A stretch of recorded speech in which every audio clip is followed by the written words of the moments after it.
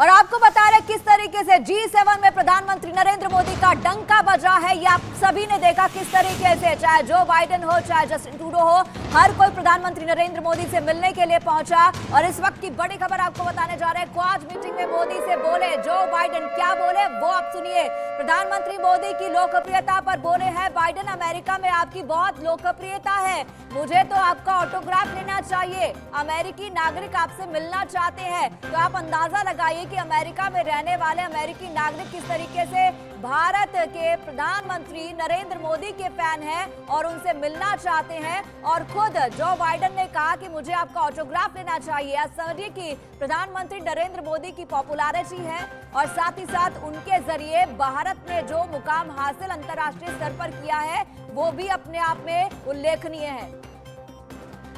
संजीव श्रीवास्तव विदेश मामलों के जानकार हमारे साथ हैं। इसके अलावा हमारे साथ यूके देवनाथ जी हैं, डिफेंस एक्सपर्ट।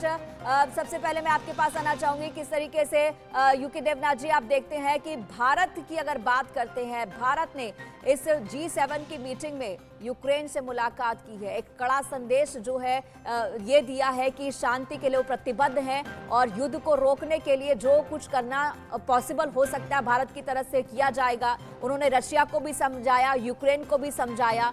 अब आप कैसे देखते हैं भारत इस वक्त जो है अंतर्राष्ट्रीय स्तर पर जो भारत की पहचान मुकाम है वो कहां तक पहुंचा है? जी हाँ पूजा, G7 के मीटिंग के दौरान सबसे बड़ी बात जो हुई है कि ना सिर्फ भारत के प्रधानमंत्री मोदी जी का एक मेल मिलाप हुआ विश्व के अग्रणी नेताओं जैसे Joe Biden, Fumio Kishida, Justin Trudeau, वरन पूरा विश्व देख रहा था कि भारत के प्रधानमंत्री जब यूक्रेन के जेलेंस्की से मिलेंगे तो जेलेंस्की के साथ उनका क्या बॉडी लैंग्वेज होता है और क्या आदान प्रदान होता है। पश्चिमी देश ये आशा कर रहे हैं कि मोदी जी जो हैं वो शायद जेलेंस्की से मिलने के बाद थोड़ा सा अपना जो भारत का न्यूट्रल रवैया है उसको शायद शिफ्ट करके थोड़ा सा रूस के ऊपर दबाव डालने का रवैया दिखाएंगे, लेकिन ऐसा कुछ हुआ नहीं। दोनों ही पक्ष एक दूसरे से मिले, मित्रता पूर्वक मिले, लेकिन हमारे देश के जो कूटनीतिज्ञ थे, एस जयशंकर वहां पर थे, अजीत डोभाल वहां पर थे। हमने कोई ऐसी बात नहीं की जिससे कि रूस के प्रति हमारी जो मित्रता पूर्वक संबंध है उस पर कोई आंच आए। हाँ, अगर यूक्रेन भारत से मदद चाहता है तो भारत उनको ह्यूमैनिटेरियन मदद देगा, उनको हम दवाइयां दे सकते हैं, फूड आर्टिकल्स दे सकते हैं, उनको हम मोरल सपोर्ट दे सकते हैं। विश्व के पटल में यूक्रेन शांति की तरफ कैसे बढ़े इसके लिए भी हम प्रॉमिस कर सकते हैं। अगर जेलेंस्की राजी हो जाएं बातचीत के तहत रूस के साथ युद्ध का समाधान निकालने के लिए, तो भारत उसमें मध्यस्थता कर सकता है या कम से कम एक टेबल, एक वेन्यू ऑफर कर सकता है जहां की जेलेंस्की जो हैं वो व्लादिमीर पुतिन से मिलकर आपस में बातचीत करें। लेकिन भारत ने बहुत सतर्कता रखते हुए इस मीटिंग के दौरान कहीं पर भी रूस के विरुद्ध कोई भी स्टेटमेंट या कोई भी मसौदा साइन नहीं किया। जी, ये बॉडी लैंग्वेज हमेशा भारत की रही है। अगर आपने भी देखा हो यूएन सिक्योरिटी काउंसिल में रशिया के खिलाफ जब भी जो प्रस्ताव लाया गया भारत उसमें एब्सेंट रहा। भारत ने बहुत क्लियर अपना स्टैंड रखा और उस स्टैंड को यहाँ पर प्रधानमंत्री मोदी ने एक बार फिर से जता दिया है कि हम युद्ध खत्म करने के लिए प्रतिबद्ध हैं, लेकिन जो रशिया के साथ भारत की मित्रता प्रगाढ़ता है या बिजनेस रिलेशन है उसको खराब नहीं करना चाहता। संजीव जी आपके पास आना चाहूंगी। यहाँ पर हम बात करें किस तरीके से G7 देशों के सामने जो है भारत का एक परचम लहराया है और खास तौर से अगर बाइडेन की बात करते हैं, उनकी बात को कैसे लेते हैं? बाइडेन ने एक बहुत ही अच्छे जेस्चर्स के साथ बताया कि अमेरिका में आप बहुत पॉपुलर है, मुझे आपका ऑटोग्राफ लेना चाहिए और अगर आप अमेरिका आते तो फिर बहुत अच्छा लगेगा। ये मैसेज क्या बताता है? जी, ये मैसेज बहुत स्पष्ट है कि भारत के प्रधानमंत्री श्री नरेंद्र मोदी की जो शख्सियत है, जो उनकी पर्सनालिटी है, जो उनकी जो लीडरशिप है, उनका जो विजन है, उसको पूरे अमेरिका के लोग भी पसंद करते हैं और उसे बहुत सम्मान देते हैं, वो उनसे मिलना चाहते हैं। और जिस तरीके से उन्होंने ये कहा कि आप मुझे आपका जो है ऑटोग्राफ लेना चाहिए, इस बात को दर्शाता है कि दोनों नेताओं के बीच में एक दूसरे के प्रति कितना सम्मान है और कितना ज्यादा वो एक दूसरे को रिस्पेक्ट करते हैं। तो ये बहुत ही स्पष्ट है कि भारत के प्रधानमंत्री श्री नरेंद्र मोदी के नेतृत्व में भारत का जो वैश्विक प्रभाव है वो लगातार बढ़ रहा है। भारत के प्रधानमंत्री श्री नरेंद्र मोदी के ये शब्द कि ये जो युग है युद्ध का युग नहीं है, ये G7 के डॉक्यूमेंट में भी रेजोनेट हुआ है। और आप देखिए तो विश्व के नेताओं ने अपनी जो G7 की बैठक के माध्यम से ये जो कहा कि जो है हम आज के समय के जो हम हमारे पास जो नेतृत्व की रिस्पॉन्सिबिलिटी है, हमें ये इंश्योर करना होगा कि ये हमारा जो युग है वो युद्ध का युग ना बन जाए। और ये जो बात है इसको प्रधानमंत्री श्री नरेंद्र मोदी ने डायरेक्टली समरकंद उज्बेकिस्तान में रशिया के राष्ट्रपति व्लादिमीर पुतिन से कही थी। और जब भारत के प्रधानमंत्री श्री नरेंद्र मोदी राष्ट्रपति जेलेंस्की से भी मिल रहे थे तो उन्होंने भी उस समय भी इसी भारत के अप्रोच को दर्शाया कि ये शांति के साथ निगोशिएटिंग टेबल पर डायलॉग के माध्यम से इस समस्या का समाधान हो सकता है। तो भारत का जो अप्रोच है, भारत के प्रधानमंत्री श्री नरेंद्र मोदी का जो संतुलित विवेकपूर्ण बुद्धिमत्तापूर्ण अप्रोच है, उसकी वजह से आज भारत की विदेश नीति को पूरे विश्व में जो है सम्मान मिल रहा है, उसका प्रभाव बढ़ रहा है। और मेरा ऐसा स्पष्ट रूप से मानना है कि आने वाले समय में यूक्रेन संकट के समाधान में भी भारत बैक चैनल के माध्यम से ही सही भारत अपनी भूमिका को जो है सफलतापूर्वक निभाएगा। भारत डे वन से ये कहता रहा है कि इस युद्ध का जो समाधान है वो सिर्फ और सिर्फ नेगोशिएटिंग टेबल पर बातचीत से हो सकता है। वॉर फील्ड्स पे युद्ध के मैदान में इसका समाधान नहीं निकल सकता। और ये जो भारत के प्रधानमंत्री श्री मोदी के वर्ड्स ऑफ विजडम है, बुद्धिमत्तापूर्ण शब्द हैं, ये पूरी दुनिया में छाए हुए हैं, पूरी दुनिया से गाइडेंस ले रही है, ये बात बहुत स्पष्ट है। और मेरा ऐसा मानना है कि भारत आने वाले समय में चाहे वो G20 की जब भारत अध्यक्षता कर रहा है, SCO की अध्यक्षता कर रहा है, तो ऐसे में जो भारत अपनी भूमिकाओं को और अधिक सक्रिय तरीके से निभाएगा। भारत वसुधैव कुटुंबकम जो हमने G20 में अपना एक उसका लोगो दिया है, जी एक तरफ G20 चल रहा है, एक तरफ G7 चल रहा है, और आगे भारत जो है वो 2024 में क्वाड को भी जो है वो जो है उसका भी कहीं ना कहीं वो करेगा। इस खबर पर हम जाएंगे, लेकिन उससे पहले मैं आपके पास आऊं, एक बड़ी खबर बताने जा रहे हैं। प्रधानमंत्री मोदी के जापान दौरे का आज तीसरा दिन है। ब्रिटेन के प्रधानमंत्री ऋषि सुनक से मिले हैं पीएम मोदी और ऋषि सुनक के बीच द्विपक्षीय बातचीत हुई है। और द्विपक्षीय बातचीत में बहुत सारे ऐसे विषय रहे हैं, चाहे आर्थिक हो चाहे सामाजिक हो, हर तरह के जो है विषय इसमें डिस्कस किए गए हैं, बातचीत की गई है। संजीव जी, इस मुलाकात को कैसे देखते हैं? ऋषि सुनक जो है उनसे मुलाकात को कैसे देखते हैं? ब्रिटेन की अगर बात करें तो क्या स्टैंड ब्रिटेन का दिखता है? चलिए एक और खबर का रुख कर लेते हैं। Japan Hiroshima peace memorial park पहुंचे प्रधानमंत्री नरेंद्र मोदी। न्यूक्लियर अटैक में जो लोग मर गए थे, वो मृतक थे, उनकी याद में ये मेमोरियल बनाया गया है। प्रधानमंत्री नरेंद्र मोदी और बाकी नेताओं ने भी श्रद्धांजलि दी है। तस्वीरें आपको दिखा रहे हैं। 1945 में हिरोशिमा पर परमाणु बम गिराया गया था और उसके बाद कई लोग जो है इसमें मारे गए थे। उन तमाम मारे गए लोगों का ये मेमोरियल है।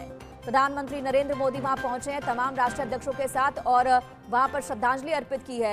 यहाँ पर संजीव जी वापस आपके पास आना चाहूंगी। क्वाड की अध्यक्षता करेगा प्रधानमंत्री मोदी ने साफ कहा है कि अगले साल भारत में होगा क्वाड, जिसकी अध्यक्षता भारत करेगा। और साथ ही साथ G7 की अगर बात करते हैं, G7 का हिस्सा भारत नहीं है, लेकिन एक गेस्ट के तौर पर भारत को बुलाया गया है।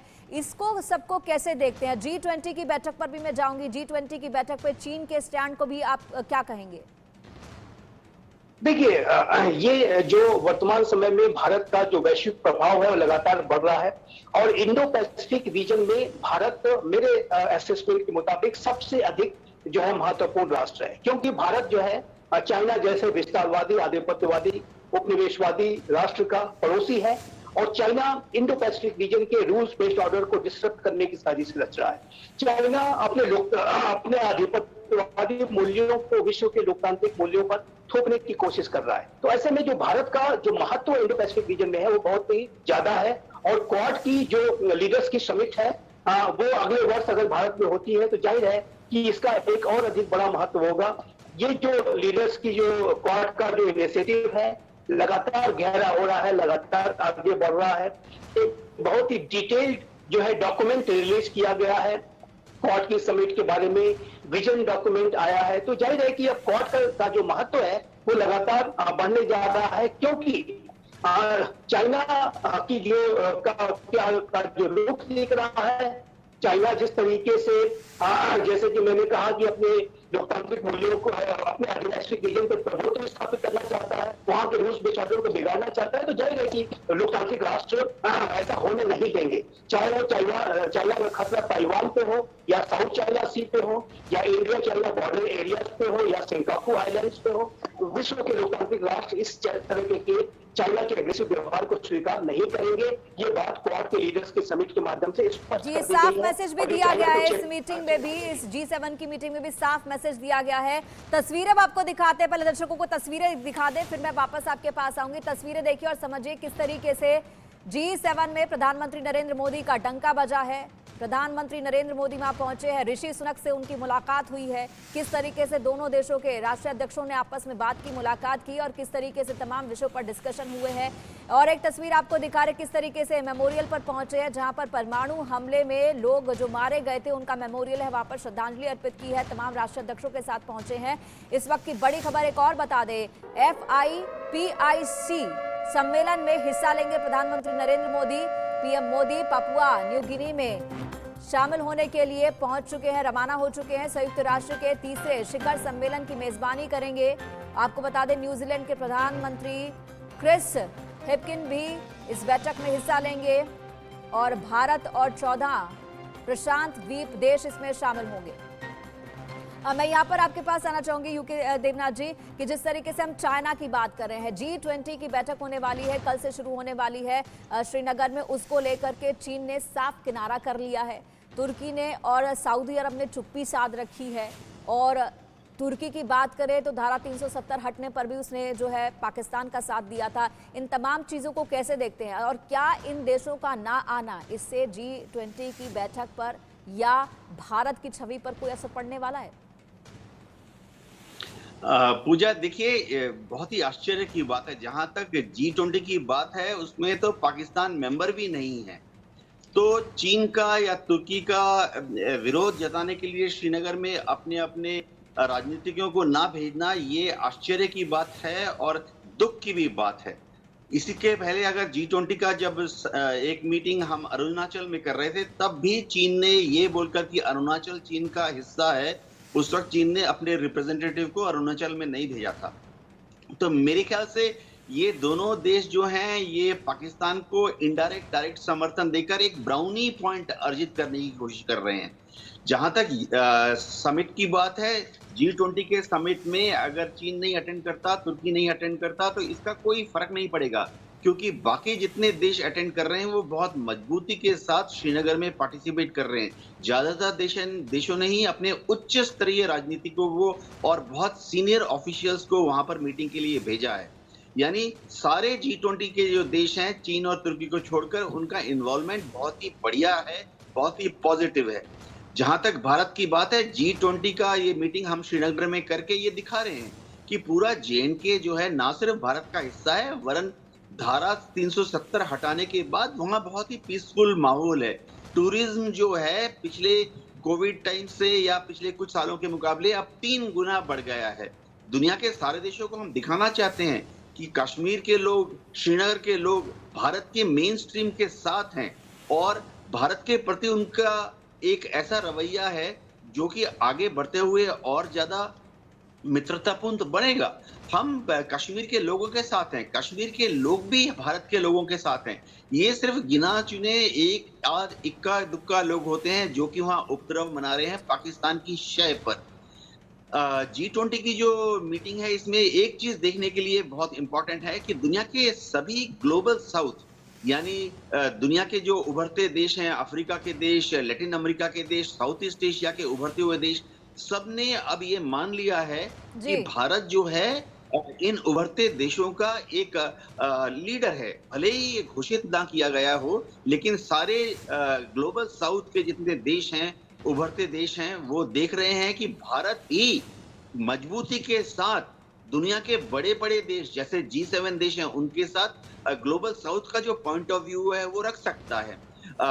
एनर्जी सिक्योरिटी की बात हुई, ग्लोबल वार्मिंग की बात हुई। इसमें बड़े बड़े जो देश हैं वो ग्लोबल जी, जी, साउथ जी। के देशों पे दबाव डाल रहे हैं, भारत के ऊपर दबाव डाल रहे हैं, ब्राजील के ऊपर, जाहिर सी बात है कि इंडोनेशिया के ऊपर भारत दबाव। भारत जिस तरीके से आगे बढ़ रहा है और उसकी बढ़ती ताकत को देखकर चीन तो बिलबिलाता है ही, पाकिस्तान तो बिलबिलाता ही, लेकिन भारत की किसी भी तरीके से प्रतिष्ठा में कोई कमी नहीं आती है।